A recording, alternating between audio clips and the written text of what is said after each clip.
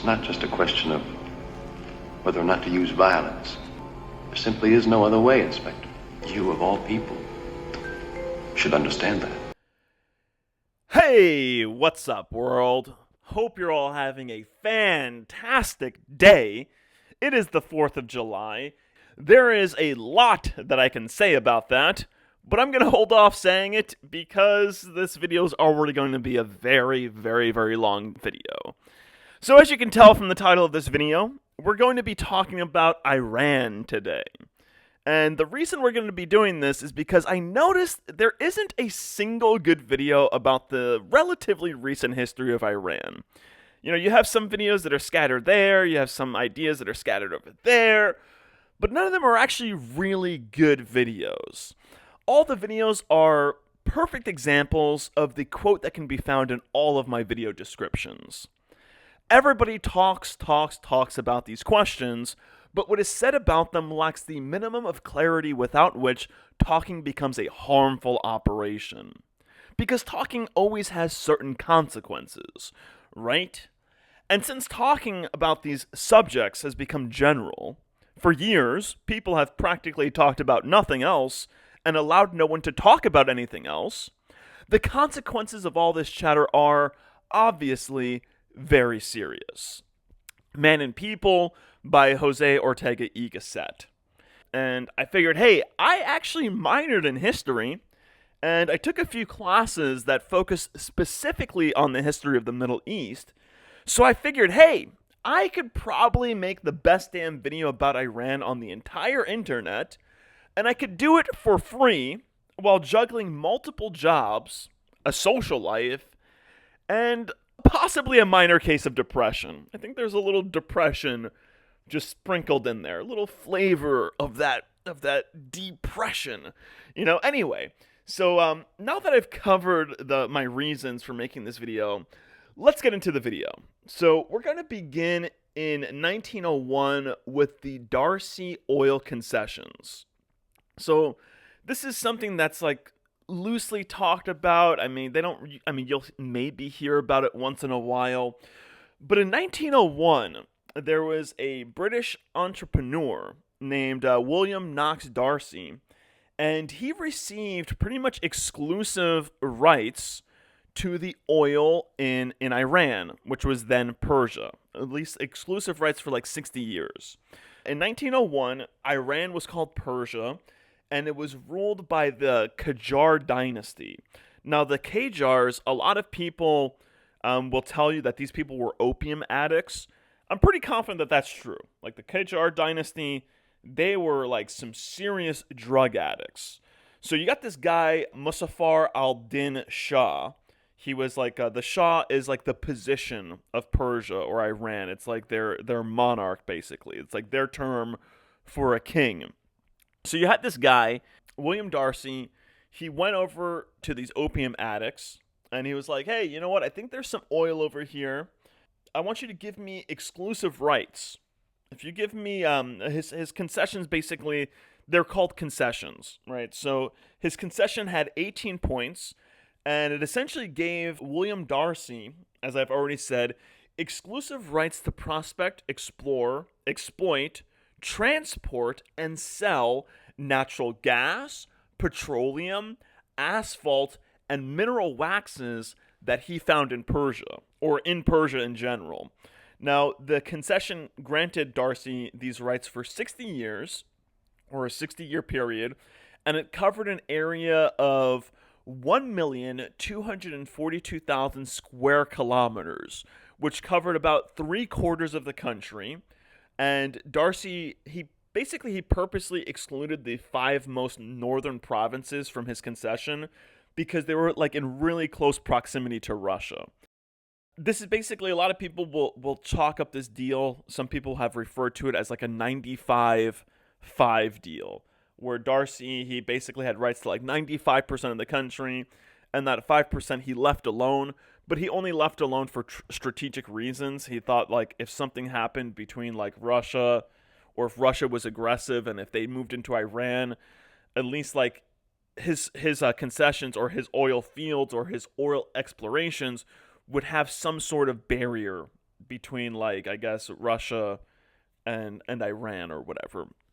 Anyway, now you have to ask yourself, what did Muzaffar al-Din Shah get from this? What did William Darcy offer him in return? Well, he offered this guy, the leader of Persia at the time, he offered him 20,000 British pounds in cash. So let's just say 20,000 in cash.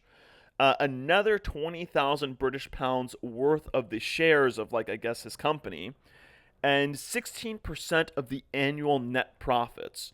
It's really important that we say the net profits and not the gross profits, because that's going to come back and bite the Persians or the Iranians in the butt. Another reason why this agreed to this is because he figured, hey, the oil's in the ground. We don't really have the means to extract it or explore for it. They're a bunch of opium addicts. What do they know? So he figured, hey, I also don't have to lift a finger or invest any money in the work that goes into extracting, refining, or transporting this oil.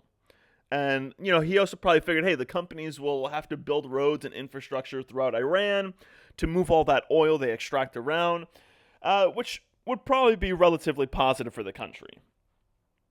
What am I talking about? We're talking about an opium addict here. He probably didn't give a shit about the rest of the country.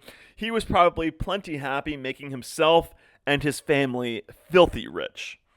But anyway, between 1901 and 1908, Darcy, he didn't have much luck. So during this time period, the British government actually ended up employing a spy who disguised himself as a priest in order to convince William Darcy to sell a majority of his concession rights to a good Christian company, which was Burma Oil. So anyway, these Darcy concessions almost immediately pissed off the Persians, even before Darcy and Burma Oil, who were now operating under the Anglo-Persian Oil Company, even before they struck commercial levels of oil in like 1909, the Persians were pissed. So, for example, there was a constitutional revolution of sorts in Persia between 1905 and 1911 that ended up this constitutional revolution. It ended up bringing a parliamentary system to Persia that was supposed to keep the monarch in check. And many constitutional reformers during this constitutional revolution were demanding that the concessions either be renegotiated or canceled. The important thing is that, right away, these oil concessions pissed off Persians. So what happened next? So the oil concessions continued to be a thorn in the Iranian or the Persian government side, being used. They were basically being used as a reason for reformers for being pissed and basically causing problems. They fueled a lot of civil unrest and pushback. So the British government devised a brilliant idea. The British government was like, damn, these Persians, they're just not happy. It's really hard for our business to continue smoothly in Persia with all of this civil unrest and all these protests. So in 1921, the British pulled off a coup in Persia. Now this coup saw the installment of Reza Shah, who was then known as Reza Khan. He got the Shah title after he got into power. Now what's interesting is that even though it's pretty well known that Britain was behind this coup, Britain and the mainstream historians like to pretend Britain wasn't involved in this coup. However, there's plenty of evidence that they were involved in this coup. Some of the first evidence for this is that Reza Khan, British and military intelligence officials inside of Iran, they were supposed to be in Iran, covering Iran, Persia. They were supposed to be on the Persian government side. But these guys, especially this General Edmund Ironside and British Minister Herman Norman, these guys supported Reza Khan's promotion within the Persian Cossack Brigade. So they were in Persia. They're trying to they're supposed to be on these opium addicts' side, but really behind the scenes, they're promoting the replacement for these opium addicts. This guy Reza Khan. So For instance, this guy Reza Khan, he was supposedly handpicked by this General Edmund Ironside to lead the brigade to Tehran, the capital of Persia, where he staged the 1921 coup. So although Britain didn't officially organize the coup, it was heavily involved in influencing it and pushing up the people who were directly involved in it. They were involved in pushing them up the chain of command, getting them to where they needed to be. And then on top of this, the British forces stood down rather than opposed this Reza Khan's march to the capital. I mean, shit, they basically directed him to go to the capital. And then not just that, but then when this guy Reza Khan got into power, they were encouraging his reforms. And his reforms included the building of infrastructure, railroads, roads, and such, strengthening the military. They wanted to strengthen the military because then this guy Reza Khan can use the military to suppress these civil unrest movements. And then they also used Reza Khan and they wanted his military to be strengthened because they used him to suppress tribal autonomy. These tribes were actually also involved in the civil unrest. So pretty much the British were even though they like to claim they weren't directly behind this 1921 coup, they were directly behind this 1921 coup. And they did it specifically for their oil interest. Okay, they were oh man, this previous opium addicts, they're not strong enough to suppress these rebellions. They're too high all the time. But then not just that, but it's also a plausible deniability. They figured, hey, you know what? These opium addicts, they're the ones who approved of the concessions. So if we take them out of power, then maybe the next person that we install into power won't be held responsible for those concessions. So that's what their thinking was in 1921. Now, the problem with their thinking is that the 1921 coup, it was largely accepted and it was largely driven by the unrest and anger over the 1901 oil concessions. So by 1932, even the puppet Raza Khan had to do something about the oil concessions. From 1921 to 1930, he was able to kind of push the oil concession problem under the rug. He was able to crush the tribal complaints about it. He was able to kind of keep things quiet about it for a good amount of time. But then what happened was the Great Depression happened. And this kind of put the screws on everybody. So when the Great Depression happened, there were a number of complaints that came to light with this whole oil business. So at this time, 1932, Anglo-Persian oil company, which I think at this point in time has become the Anglo-Iranian oil company. This is the precursor to British Petroleum. Before it was BP, British Petroleum, they tried to kind of take their past off of it. It was the Anglo-Persian oil company, and then it was the Anglo-Iranian oil company to suit the change in name, because Persia, I believe it was after World War I? I think after World War I, Persia changed their name from Persia to Iran. So anyway, a couple of complaints happened at this point. A couple of public things that can no longer be swept under the carpet, especially with the economic depression that came in the 1930s.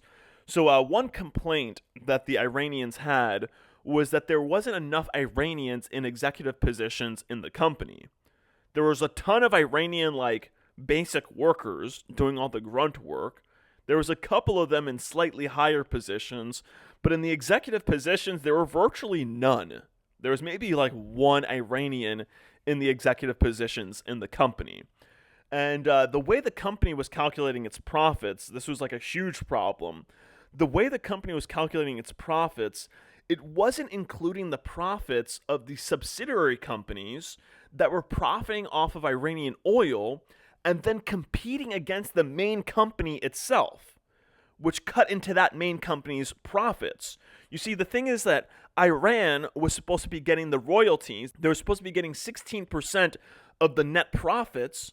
So this company devised all sort of ways to cut into their own profits. they had these subsidiary companies which were selling the same Iranian oil, but it was like a different company. And this other company was basically directly competing with the main company.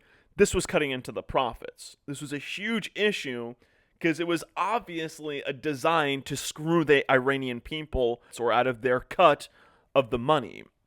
Now, another thing that the British were doing to undermine the Iranians' profits or the Iranians' cut is that the British government was actually collecting taxes from the company, and these taxes were actually greater than the royalties the Iranians were receiving. So this is Iranian oil. They're supposed to be getting some compensation, and the British are doing everything they can to screw them over. So 1932 comes around. The Shah that they put into power is like, man, I can't do this anymore. Sorry, you guys are just screwing us over way too hard. We're being screwed over already by the economic situation of the world. Fuck this. We're canceling the concessions and we're renegotiating them. So that's what he did. This is what their puppet did, the Reza Shah guy. That's what he did. And then, of course, the 1930s, we're in the mid-1930s, you know who's coming into power in the 1930s, right? The Nazis. So anyway, from 1934 to 1940, Reza Shah, this guy who's supposed to be their puppet, he continued to defy his puppet masters as he attempted to remain neutral during the rise of Nazi Germany. So, Nazi Germany's rising. He's acting like, no, I'm going to be neutral. The British have been fucking me over this whole time. Why should I be on their side? I'm going to remain neutral.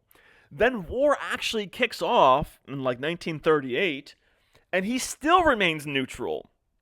So what ended up happening in 1941, I think this is right after the Americans joined the war, the British are all like, oh, you know what? We got a new ally in the game. So in 1941, almost exactly 20 years after their 1921 coup, the British stepped in again, invaded Iran under the guise of securing their oil fields. It's like, these are our oil fields. We're going in there and we're securing them, even though it's Iranian oil. So what ended up happening is this guy, Reza Shah, he stepped down, he went into exile, and he was replaced by his son, who promised to be a better puppet. And his son actually was a much better puppet. So after the war ended in 1945, Reza Shah's son, whose name was Mohammed Reza Shah, we'll just call him Mohammed, he tried to continue running things in Britain's favor. But the weakness of Britain in the post-war years allowed the Iranian people an opportunity to throw off, or sort of throw off, their imperial shackles. You see, in the late 1930s, and after the 1933 to 1934 concession cancellation and renegotiation, the Iranian people finally got what they wanted since 1901. And when they quickly lost it again, and of course that was like the rights to their oil, or at least somewhat rights to their oil. They still had the oil company there, but the concessions were renegotiated and they got a slightly better deal. Okay, so they didn't get exactly what they wanted since 1901, but they got a better deal, right? So they had this better deal for only a few short years because they lost it again in 1941. And when they lost it again, they weren't very happy. And since they got a taste of that, they were looking for another opportunity. So in 1951, the Iranian parliament, which was, as I mentioned, this parliament was created during the constitutional revolution that we had mentioned before, that was between 1905 and 1911. This parliament democratically elected Mohammad Mossadegh as prime minister, but they were still sort of left with Mohammed as the Shah. So Mohammad Reza Shah, he was still the Shah. So basically the government structure at the time in Iran, there was a parliament that was democratically elected, sort of like our Congress, and they chose the prime minister, who is sort of like our U.S. president, But then the Shah was still like the monarch of sorts, and he was still like kind of like the spiritual leader. He was sort of like the royal family in Britain, where they have some power, but they try not to exercise it. So at this time, he was trying not to exercise his power because the Iranian people were pissed. I mean, they were so pissed that the prime minister, before this guy Mossadegh, before he was democratically elected prime minister, the previous prime minister was actually assassinated because he was against nationalizing Iranian oil. So after Mossadegh was elected prime minister, he did what he knew the Iranian people wanted, which was nationalize Iranian oil. And he basically told the oil companies to fuck right on off.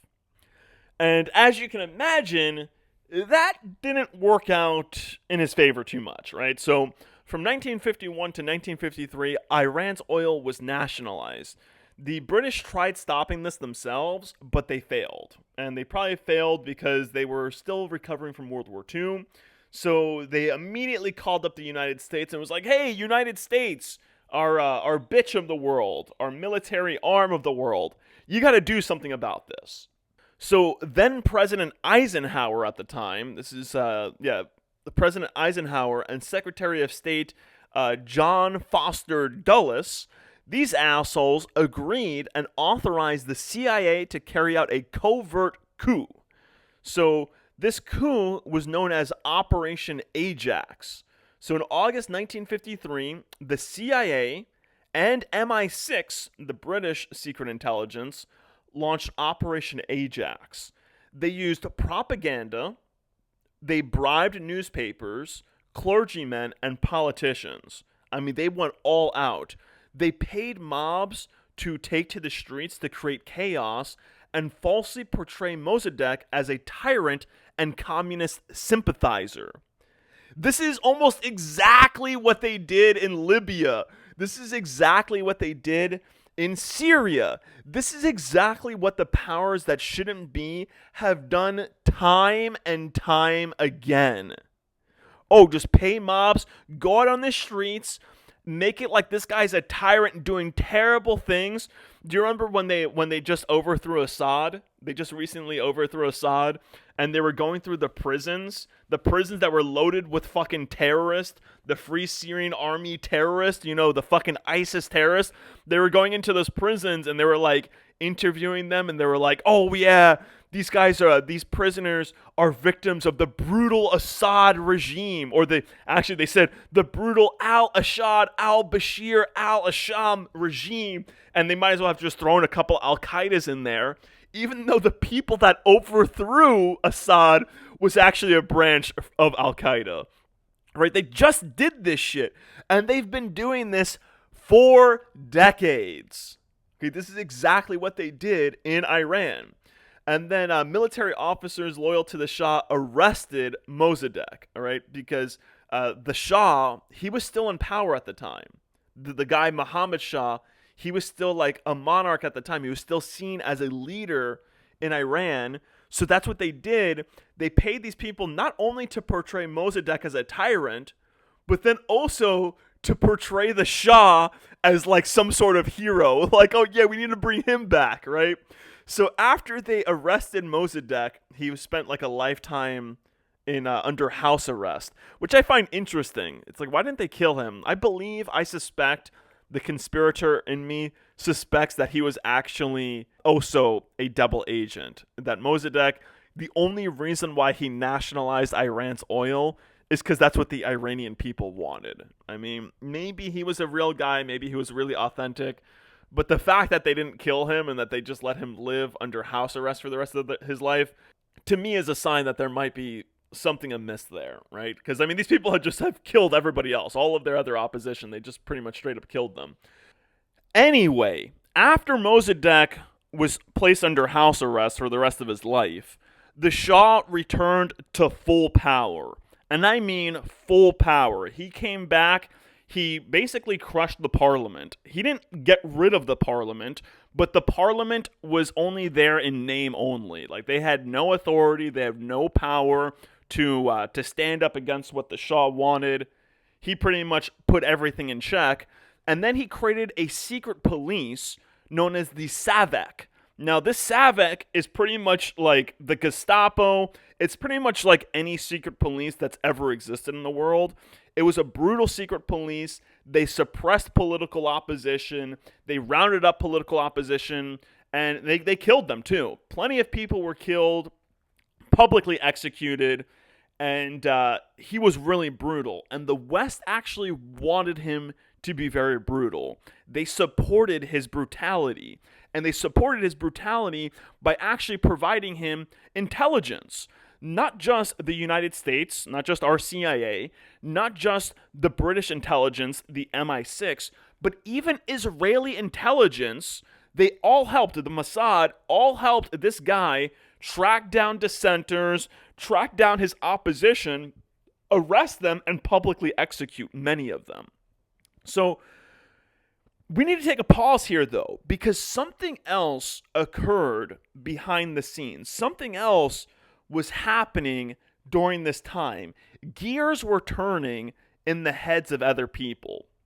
Now, the most important thing that the West figured out is that their strategy of using puppets to gain access to the natural resources of another country isn't a good long-term strategy, because the people will eventually figure out that they're being robbed and will eventually push back and overthrow said puppet. At least this is the case with like relatively stable and cultured countries. There are, of course, countries, or at least large swaths of land, that are still ruled by strongmen puppets, and those under their domain are pretty much powerless against them, mostly because they're not armed, but largely because they're not organized. Like, there's parts in Africa where they screwed up the borders, so now people are arguing and bitching about the borders, and they're basically distracted with that, and they're completely oblivious to the fact that the rest of the world is pretty much stealing their natural resources at a discount. Like, we're taking your natural resources, pennies on the dollar, and then selling them all around the world, fucking like 1,000% markups. So anyway, so this is what they realized. So they had to devise, or they needed to answer a question, right? They needed to figure out, how can we steal a country's natural resources? A country that is both aware that we're trying to steal their natural resources and that doesn't want their natural resources stolen. How can we do this? How can we plunder the natural resources of a country that isn't all divided and distracted? And essentially they found their answer to this question in the answer to another question, which is, how do you make the bad guy look like the good guy and the good guy look like the bad guy? Now, to put that a little bit more succinctly, to put that in a little bit kind of a more briefer statement, they needed to answer the question, how do we overtly steal a country's natural resources? And their answer was simple. You destabilize and you vilify that country. You make that country look like the bad guy. Now, how do you do this, though? How do you make a country that is on the moral high ground, how do you bring them down to not having the moral high ground? And the answer to this is you do it by influencing their ruling class. So, like, instead of creating a strongman puppet that's going to work for your policies, like overtly support your policies, their new idea was, okay, you install a puppet that they have control over, but they don't have overt control over. Instead, they have a puppet that they have covert control over that they then use to fuck up the masses in that country. It's very similar to cultural Marxism. Cultural Marxism is, of course, you fuck up the culture of a country, and then that country will collapse from within if they take on like a decadent culture, if they take on a debauched culture, one of like just mindless self-indulgence, then the country will collapse from within. This is the exact strategy that they used here, except having like a cultural Marxist thing, having from like the culture, like the media, it comes directly from the top. And we're going to see exactly how they did this. So in my video, and I'll digress here, In my video, we saw this in another video of mine, my video titled, "The World Turns a Blind Eye to Israel's Genocide." I showed in this video how it is a historical fact that in the 1970s and 80s, Israel worked to make sure that the Gaza Strip and other parts of Palestine would not have a secular, that is not a hyper-religious, leadership. So at this time, in the 1970s and 80s, in the Gaza Strip and other parts of Palestine, there were secular factions. There were factions in this area that weren't like hyper-Islamic. They weren't like, oh yeah, you have to wear a burqa, you have to wear a veil. Okay, but Israel, their policies aimed at countering secular factions directly helped Hamas. So Israel and the United States, not only did their anti-secular policies help Hamas, but they actually directly financially supported the leaders of Hamas. Before it was Hamas, the leaders that then created Hamas, Israel and the West directly gave these people financial support in order for them to run charity operations. Basically, like these pre-Hamas characters, they were given money to run charity operations out of their mosque, and they did this specifically out of their mosque to create this like religious angle for it, to kind of bring people towards this religious side of it. And they did this in order to gain public support for these future Hamas leaders. Okay, this is a fact. This is a historical fact that is not denied. Israel did this in the Gaza Strip in the 70s and 80s and other parts of Palestine. And this is exactly what I believe that they did with Iran. And I'm going to prove that right now. So before I get into that, I must mention another event that happened around this time. And I believe this major event, this other event that happened around this time, was a major influence on future strategies. And basically this whole strategy. It was a major influence on creating this strategy. And that event was the Arab states' reaction to Israel declaring their independence. And what I'm talking about is the 1948 Arab-Israeli war between Israel, Egypt, Jordan, Lebanon, and Syria. This basically like created a sign for them where they were like, oh, these people will stand on business. And they went with that. Ah, man, I messed up. I messed up big time. This is a post-recording edit. After I recorded this whole video, I was doing a little research. I was looking for the information about the spy, the British spy that disguised himself as a priest in order to convince Darcy to sell his company to a good Christian organization or to a good Christian company. So I was looking for this guy. I was doing some research on it. And while I was reading the Wikipedia page on the Darcy oil concessions, I came across this bit of information. Let me read it here. So the task for Darcy and his team would prove to be very difficult. The first site at Chaya Surka had hostile terrain, warring tribes that often refused to recognize the Shah's authority and any concessions he granted, very few roads for transportation, and was nearly 300 miles away from the Persian Gulf. The local population near the site also had a hostile culture towards Western ideas, technology, and presence. Local religion also played a factor as the dominating Shia sect in this region also resisted political authority and had a hostile attitude towards the outside world, including Christians and Sunni Muslims. Not only was the region and terrain hostile, but shipping each piece of equipment to the drilling sites was also extremely difficult. So what I realized after reading this is that the West knew for a very long time that these sects, these Islamic tribes over here, specifically the Shia sects, were hostile towards Western ideas, and they were against the Shah.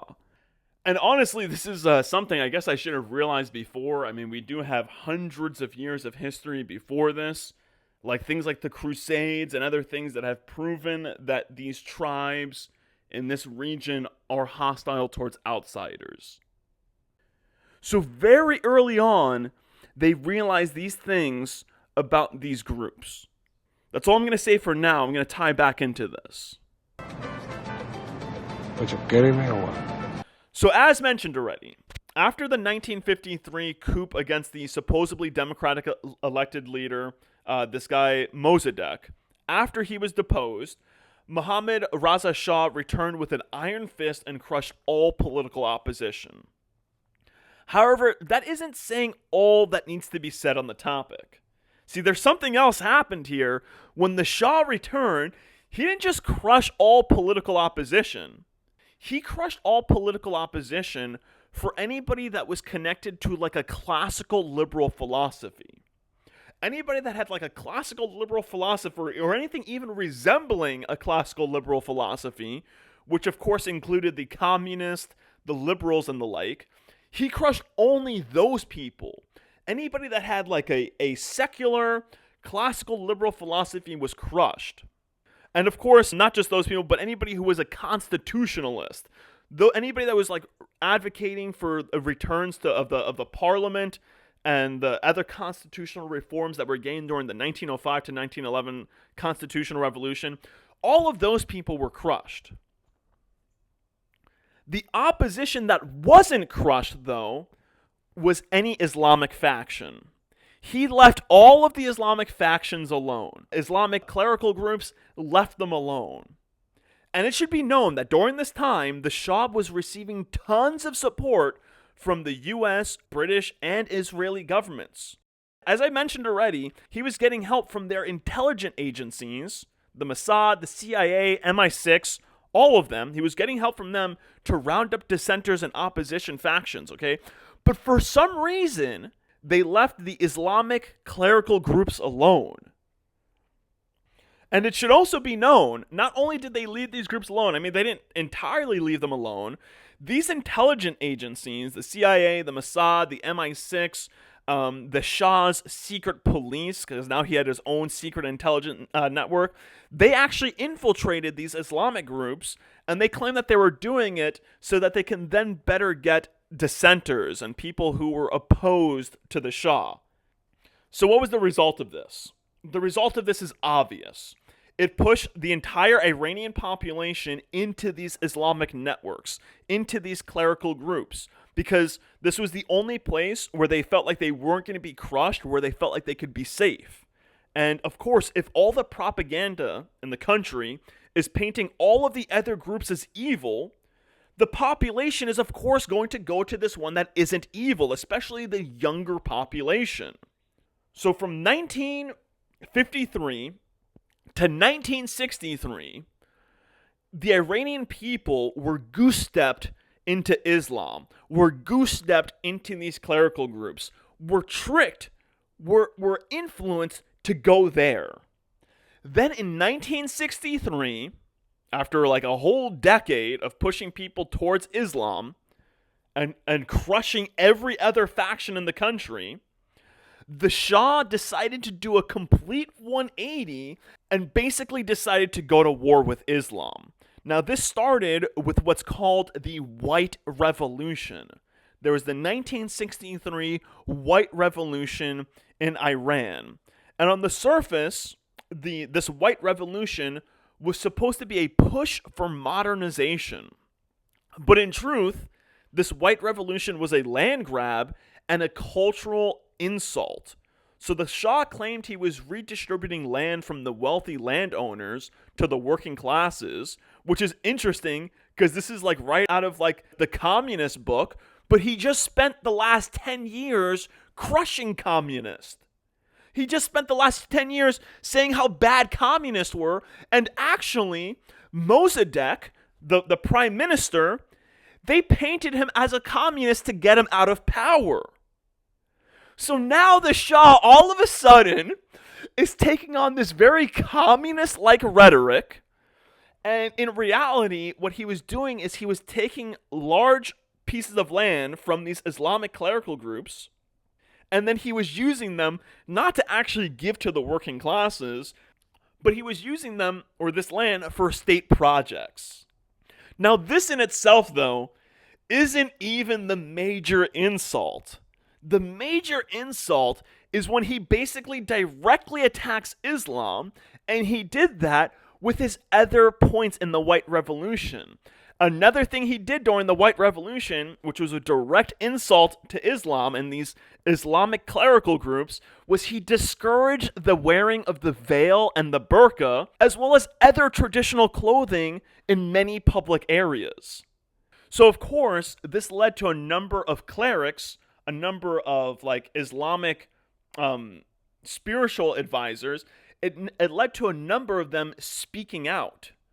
And one in particular stuck out. One cleric in particular received a lot of attention, and that was this guy, Ruhollah Khomeini, or I believe some people refer to him as Khomeini.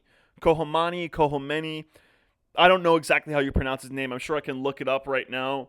I'm just going to call him Khomeini. So this guy, Khomeini, when he was in Iran, he was speaking out against this stuff, and then they exiled him. And when they exiled him, his notoriety exploded. They exiled him from Iran in 1964 for speaking out against the Shah and criticizing the White Revolution policies. Now, while in exile, this guy Khomeini, whatever, he made audio cassette tapes criticizing the Shah and pushing Islam or whatever, but mostly criticizing the Shah and his policies and what he was doing to Iran. He made these cassette tapes, and these cassette tapes were smuggled into Iran, and they were spread all over Iran. So although this guy Khomeini had been exiled from Iran, he was actually still heavily influencing people inside of Iran, and the fact that he was exiled and he was still doing this actually gave him even more notoriety. It made him be viewed by the people in a more positive light.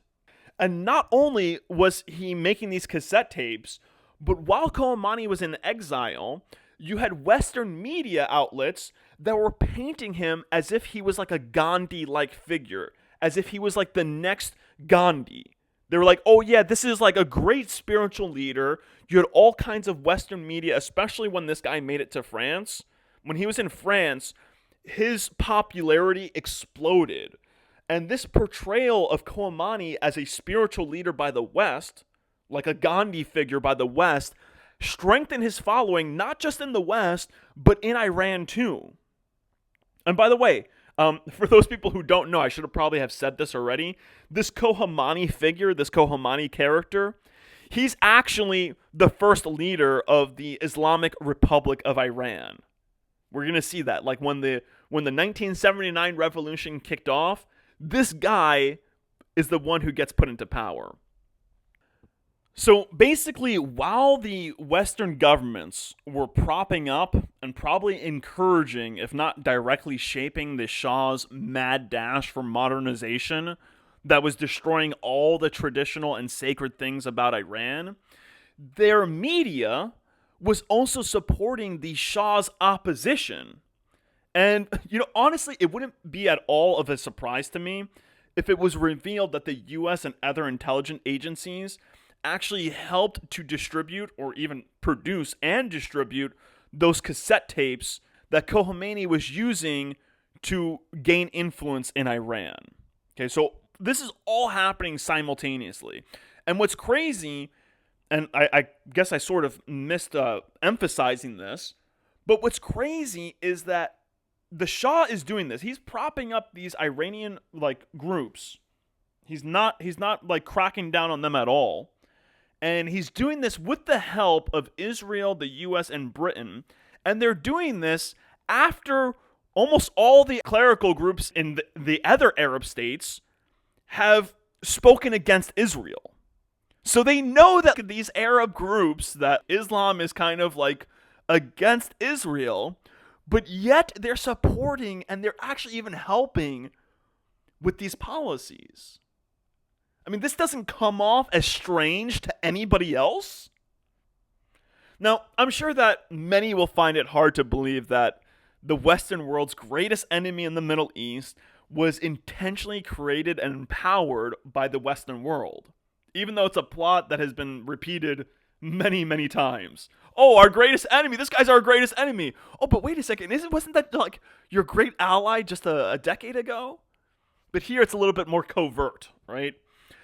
But there is actually even more evidence to support the West's ties to Iran, and specifically to this Khomeini guy, right? This Khomeini character, right? And that has to do, and those other ties can be seen specifically in the Iran-Contra scandal or the Iran-Contra affair, whatever you want to call it, however you want to call it. So this scandal, this Iran-Contra scandal, is sold to the West in two different ways. One, the most mindlessly parroted story, is that the reason the West sold guns to Iran was to free some hostages. I believe the hostages, they were hostages in the Spanish country Nicaragua, however the fuck you pronounce that country's name. So that's how it's sold. It's like, oh yeah, the U.S. sold weapons to Iran to get these hostages freed, right? But the main reason the U.S. sold weapons to Iran, and this is an accepted historical fact, was to strengthen Iran in its war against Iraq. Okay, there are two really important details, though, that are normally either totally glossed over or totally left out when it comes to this. So the U.S. sold weapons to Iran. Like this is something that's known about the Iran-Contra affair, right? However, something that's just very glossed over is that Israel was the one acting as an intermediary or as a middleman during this weapons exchange. So you have to ask yourself, why the hell is Israel the middleman in this exchange and not maybe some other Arab state? I mean, this is important because when this 1979 revolution happened in Iran and the Shah was overthrown and Iran became the Islamic Republic of Iran, when the Islamicists took over Iran, they claimed that the United States was the great devil or the great evil, and Israel was the little evil or the little devil. They were like public enemies. They were like the worst nemesis of one another. But yet behind the scene, somehow Israel has such connections with Iran, with the Iranian leadership, that Israel can act as a middleman between the U.S. and Iran when it comes to selling weapons to them that they can then use in their war against Iraq. Now, the other crazy detail that is normally just totally left out in the Iran-Contra scandal discussions, any discussions about this, about, oh yeah, we're arming Iran so that they can fight Iraq, any discussion about this almost entirely leaves out the fact that the United States and the West, this is Britain and Israel included, were publicly supporting Iraq and Saddam Hussein at this very same time and the Iraq's war against Iran. So during the Iran-Iraq war, they were arming both sides with increasingly powerful weapons. Okay, publicly, they were supporting Iraq. And what's crazy, the funniest thing is that they were publicly supporting Iraq because Iraq was more secular, and they were publicly claiming that the Islamic State of Iran was more of a threat because of the Islamic radicals that had taken over the country. With their help! With the West's help! So publicly they're like, yeah, we gotta help Iraq because they're way too extreme in Iran. And then secretly behind the scenes, they're helping Iran. They're arming Iran. Okay, you have to ask yourself, why? Why? And the only answer that makes sense is to make sure that they had an adversary worthy of their full wrath and worthy of wiping off the face of the earth in the future. They did this intentionally. This was their plan. They were like, you know what? We can't do it. We cannot have the public in these other countries just willingly give us their natural resources. We can't do it with a puppet. So what we gotta do is we gotta fuck over that public as hard as possible, make them into public enemy number one, bring down the culture of their country so that we have a reason to bomb their shit and to destroy their country, to basically genocide them, and then take their natural resources in front of the entire world and have the entire world look at us like we're the fucking good guys. This is the most psychopathic fucking strategy I think ever enacted in history. And the craziest thing is that it has been done time and time and time again. And we're just sitting back, letting this shit be done with our taxpayer dollars, and just sitting back and just eating this shit sandwich like we're fucking defenseless. Like we're a bunch of armless, legless, voiceless, fucking sightless zombies that all we can do is sit back and eat this shit sandwich. But this is really what the shit sandwich looks like. This is the ingredients that are in that shit sandwich that you're eating. So if you try to fucking close your eyes and say, no, it's not a shit sandwich, this is justice that we're eating, you're wrong. It's a shit sandwich. And this shows how calculated these people are, how they strategize, how they have these long-term games. And this is what they fucking do. Okay, these people are monsters. They deserve the very worst to happen to them. And I'm talking about the powers that shouldn't be. All of their assets should be liquidated. And that money, all of the money tied to those assets, should go towards public works. And I'm not talking about like public works projects. They should go to paying national debts. It should go towards the people. And the people not just of this country, but the people all around the world. All of these countries that they plundered, that they fucking plundered and destroyed, they deserve reparations. Everybody deserves reparations. And it needs to come out of the pockets of these elite cocksuckers. That is the only way anything's actually going to be solved. And you have to realize the extent of this operation. This is thousands of people coordinating this. Okay, these people who are in power, I don't care. I don't care if they're Jeff Bezos, where he's like not really involved with the government. All of them were propped up by the government. All of them are puppets in some way, shape, or form. All of them, by remaining silent, to me, they're guilty. All of your assets are going to be taken, and it's going to set a precedent for future generations. When you see shit going down in the government, if you think that, oh, you know what, I'm just going to fucking work with the government, I'll tap into that well of corruption while it's gushing out all that resource, all of that wealth. Guess what? You're going to be tied to it. It's going to make everybody realize, like, nope, when this happens again in the future, the right thing to do is to take a stand. Not to fold and then to try to integrate yourself into that corruption. No, the right thing to do is to take a stand. To speak up. Because if you don't, if you think that you're just going to benefit off of the corruption, you're wrong.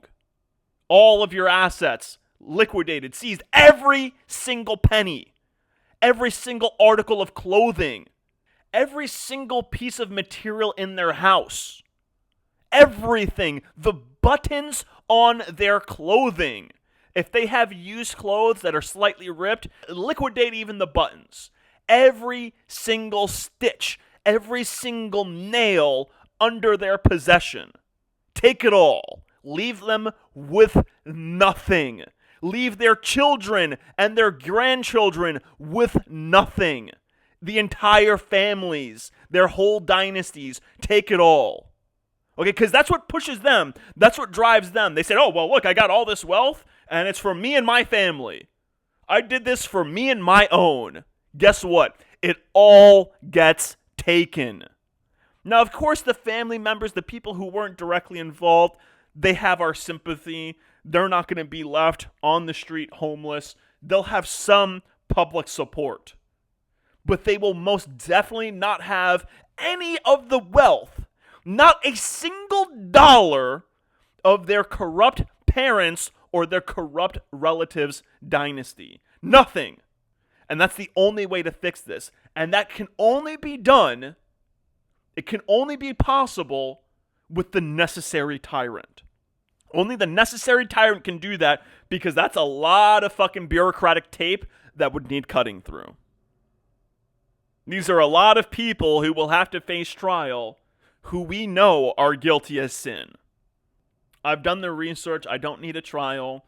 I will do more research. I will dot my I's and cross my T's, and I will measure twice so I only have to cut once. But I know what's going on. Hopefully you, my subscribers, after watching many of my videos, also know what's going on. Also understand the level of calculation and the Machiavellian strategist that we're dealing with. But this is the only way to fix it. The necessary tyrant. This will not get fixed with our current system. It's just way too big of a monster for our current system to deal with.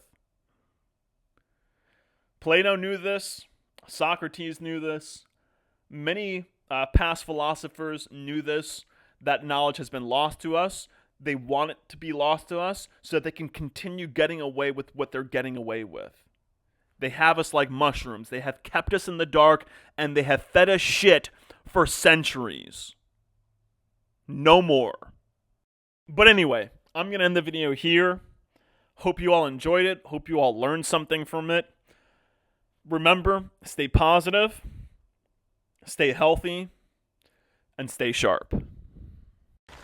That was a great show.